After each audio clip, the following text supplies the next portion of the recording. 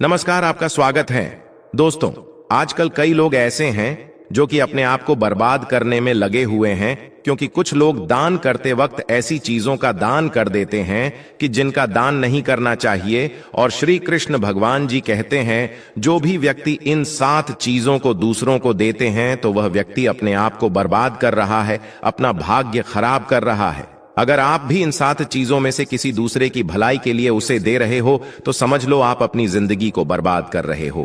आजकल दोस्तों, कौन नहीं जानता, बाघ बताए गए उपाय कई लोग अपने घर में 100% विश्वास के साथ उनके बताए गए रास्ते पर चलते हैं और घर की दिशा और दशा दोनों ही बदल देते हैं। आजकल इंसान ही अपने पैरों पर कुल्हाड़ी मारने लगा है, अर्थात कहने का मतलब यह है कि खुद ही गलती करता है, फिर कहता है, हे भगवान, तुमने मेरे साथ ऐसा क्यों किया। ऊपर से भगवान को दोष देने लगता है और आप भी यह गलती अपने घर में कर रहे होंगे।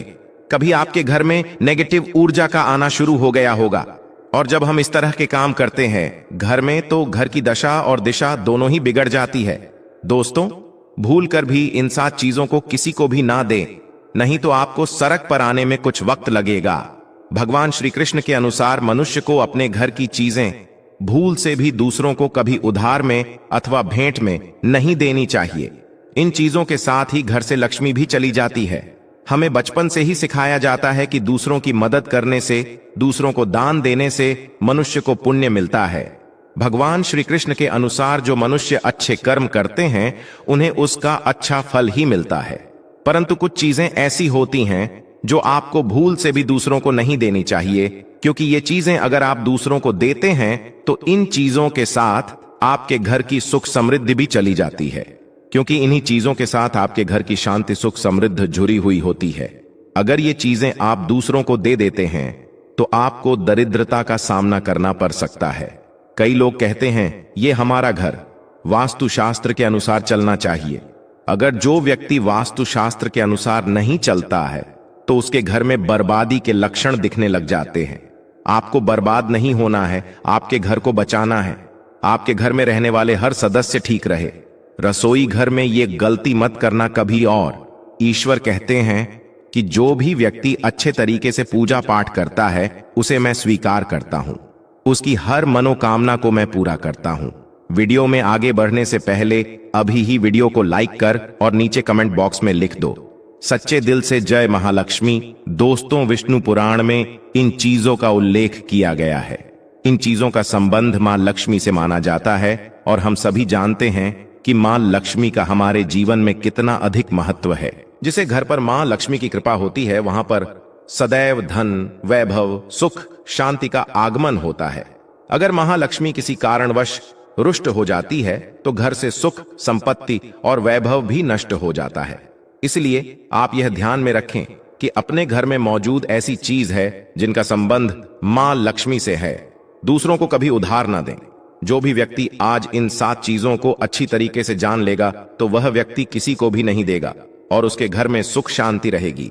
आज दोस्तों, कुछ भी हो जाए, आप इन 7 चीजों के बारे में जानकर ही जाना है। व्यक्ति चाहता है कि उसके जीवन में सुख शांति बनी रहे और घर पर धन का अभाव न रहे, लेकिन केवल मेहनत करने से व्यक्ति की यह चाहत पूरी नहीं होती है। कई बार ऐसा होता है, आमदनी अच्छी होने और खूब मेहनत करने पर भी घर पर धन का अभाव बना रहता है। इसका कारण है जाने अनजाने में हुई गलतियां। शास्त्रों में ऐसी कई नीतियों के बारे में बताया गया है जिसका पालन करने पर जीवन की कई समस्याएं दूर हो जाती हैं। दोस्तों, इतना ही नहीं, इन नीतियों का अनुसरण करने पर घर परिवार में सदैव खुशहाली बनी रहती है और मां लक्ष्मी की कृपा से कभी पैसों की कमी नहीं रहती है। गरुड़ पुराण, जो कि हिंदू धर्म का महत्वपूर्ण ग्रंथ माना जाता है, इसमें ऐसी कई बातों का उल्लेख मिलता है जो कि गरीबी और दरिद्रता का कारण बनती है। अगर आप इन कामों को करते हैं तो आज ही इसे छोड़ दें, वरना कई तरह की परेशानियां झेलनी पड़ सकती है। अब यहां पर कुछ दोस्त ऐसे भी होंगे जो हमारी बातों को हल्के में लेंगे, क्योंकि उन्हें वास्तुशास्त्र का ज्ञान नहीं है। इस पर एक कहावत भी प्रचलित है कि बंदर क्या जाने अदरक का स्वाद। अर्थ ये है, कोई भी व्यक्ति वास्तुशास्त्र के बारे में नहीं जानता है तो फिर इन उपायों में या वीडियो देखने व विश्वास ही नहीं करता है। इसलिए सही सटीक 100% जानकारी के साथ में जानने के लिए इस वीडियो से जुड़ जाना दोस्तों। वीडियो को आगे बढ़ाते हैं। आपके पास अभी जितने भी काम हैं उनको साइड में रख दीजिए। ध्यानपूर्वक जो आपको बताया जा रहा है उसे देखिए और सुनिए। ये सबसे पहली चीज है पत्नी के गहने दोस्त। स्त्रियों के आभूषणों को मां लक्ष्मी का प्रतीक माना जाता है। सुंदर आभूषणों से सुशोभित स्त्री मां लक्ष्मी के प्रतिबिंब की तरह दिखाई देती है। इसलिए जब भी हम गहने खरीदते हैं तो सबसे पहले मां लक्ष्मी के सामने रखकर उनकी पूजा करते हैं और इसके बाद ही उन्हें पहनते हैं। घर की स्त्रियों को घर की लक्ष्मी माना जाता है। उनके गले में आभूषणों का होना सुख समृद्धि को दर्शाता है। इसलिए अपने पत्नी के गहने कभी किसी को उधार में या दान में या दूसरों को इस्तेमाल के लिए कभी देने नहीं चाहिए। खासकर सुहागिन महिलाएं अपना मंगलसूत्र, पायल और बिछिया कभी किसी अन्य महिला को इस्तेमाल के लिए ना दें। इससे घर की बरकत और भाग्य भी उन गहनों के साथ चला जाता है और माता लक्ष्मी अत्यंत रुष्ट हो जाती है। इसलिए अपने घर में सुख समृद्धि बनाए रखने के लिए इन गहनों को दूसरों को इस्तेमाल करने के लिए ना दे। दोस्तों, कई महिलाएं तो ऐसी भी होती हैं जो कि अपने गहने पसंद नहीं आती हैं और दूसरी महिला के गहने की शैली और बनावट पसंद आती है, जिसके कारण महिलाएं अपने गहने पहनने के लिए एक दूसरे से बदलाव कर लेते हैं। परंतु दोस्तों, ऐसा करना मतलब है कि आप अपने से मां लक्ष्मी जी को रूठ कर रहे हो और घर से बाहर भेजने की तैयारी कर रहे हो, क्योंकि आभूषण या गहने महालक्ष्मी जी का प्रतीक होता है और आपके अपने गहने ही आपको पहनने चाहिए। किसी को भी दूसरे के गहने नहीं पहनने चाहिए। दूसरी चीज है जादू। दोस्तों, जादू जो सफाई के लिए काम आता है, हमारे घर से नकारात्मक ऊर्जा को दूर करता है, उसे मां लक्ष्मी का प्रतीक माना जाता है। ऐसा माना जाता है कि झाड़ू में मां लक्ष्मी का निवास होता है। इसलिए अपने घर की झाड़ू कभी किसी को उधार में या उपयोग के लिए ना दे।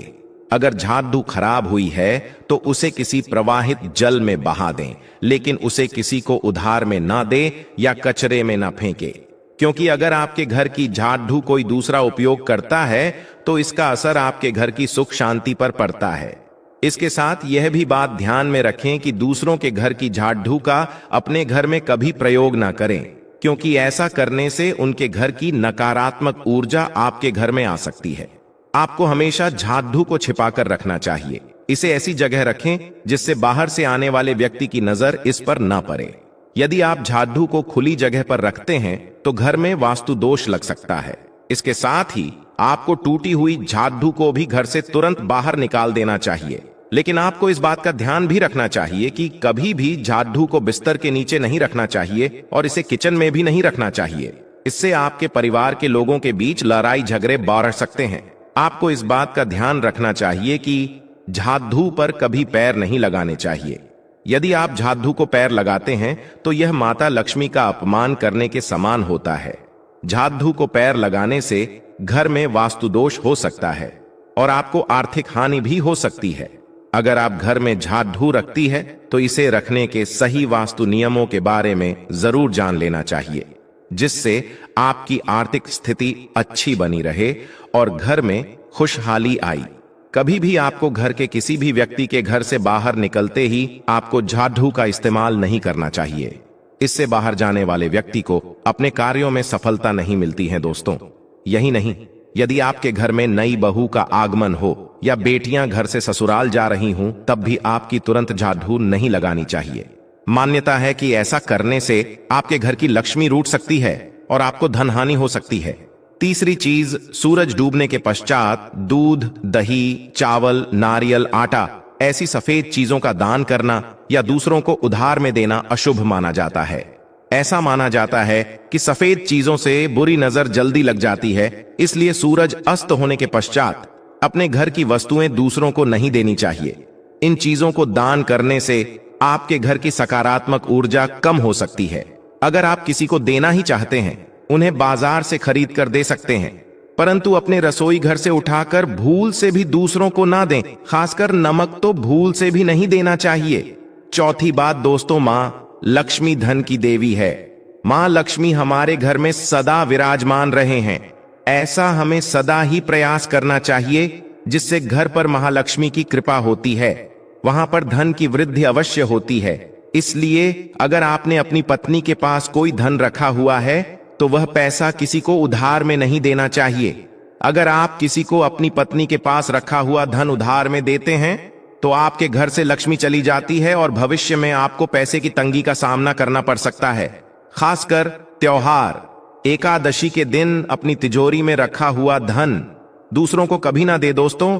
पांचवी बात, महालक्ष्मी वैभव प्रदान करने वाली, सौभाग्य देने वाली ममता की मूरत है, साथ ही वह अन्नपूर्णा भी है। इसलिए हम अन्न ग्रहण करने से पहले मां अन्नपूर्णा को धन्यवाद अवश्य करते हैं। रसोई घर की शुद्धता और संपन्नता उतनी ही आवश्यक है जितनी धन की पांचवी वस्तु है रसोई घर का चकला, बेलन और तवा। जी हां, आपने रसोई घर का चकला, बेलन और तवा दूसरों को कभी इस्तेमाल के लिए या उधार में नहीं देना चाहिए। ये चीजें दूसरों को देने से आपका भाग्य भी उन्हीं के साथ चला जाता है। मां लक्ष्मी को अत्यंत प्रिय है, इसलिए ऐसा कभी ना करे। अपने घर का चकला, बेलन या तवा दूसरों के उपयोग के लिए कभी ना दे, नहीं तो आपके घर में दुर्भाग्य का वास हो सकता है। दोस्तों, छठवीं चीज है नुकीली वस्तु जैसी चाकू, कैंची तथा तलवार आदि भी कभी दान में नहीं देना चाहिए। ज्योतिष विद्या में ऐसा करना नुकसानदायक बताया गया है। माना जाता है कि नुकीली वस्तुओं का दान करने से परिवार की सुख शांति भंग होती है। इसके अलावा घर के सदस्यों के बीच तनाव बढ़ने के साथ और रिश्ते खराब होने की भी आशंका रहती है। कई बार लोग अन्य चीजों के साथ स्टील के बर्तन भी दान में देते हैं, लेकिन ज्योतिष शास्त्र के अनुसार स्टील के बर्तनों का दान करना हमारे घर के लिए अशुभ हो सकता है। धार्मिक मान्यताओं के अनुसार स्टील के बर्तन दान करने से परिवार की सुख शांति भंग होती है और झगड़े आते हैं। इसकी वजह से घर में आर्थिक तंगी बनी रहती है। इसलिए स्टील के बर्तन दान करने से बचना चाहिए। अगर आप भी स्टील का बर्तन दान करते हैं तो आगे से ना करें। कभी भी प्लास्टिक से बनी चीजों का दान नहीं करना चाहिए। सूर्यास्त के बाद प्याज और लहसुन दान नहीं करना चाहिए। दोस्तों, सातवीं चीज है फटे हुए ग्रंथ और किताबें। माना जाता है कि कभी भी फटे हुए ग्रंथ और किताबों का दान नहीं करना चाहिए।